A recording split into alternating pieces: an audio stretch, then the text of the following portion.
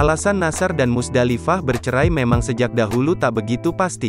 Kini akhirnya terkuak alasan yang paling mendasari Nasar bulat ceraikan Musdalifah. Menikah pada tahun 2012, Nasar dan Musdalifah hanya bisa mempertahankan rumah tangga sampai tahun 2015. 3 tahun bersama, keduanya terlibat cekcok besar berujung perceraian. Pihak keluarga Nasar menjadi pihak yang merasa sangat sakit hati terhadap semuanya. Nasar dan Musdalifah bercerai dengan perseteruan membahas harta pada awalnya. Rupanya itu bukan harta, melainkan aset mobil yang terus diperdebatkan oleh keduanya.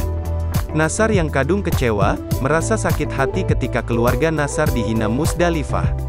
Rupanya, sikap Musdalifah selama ini cukup membuat keluarga besar sakit hati dan terluka.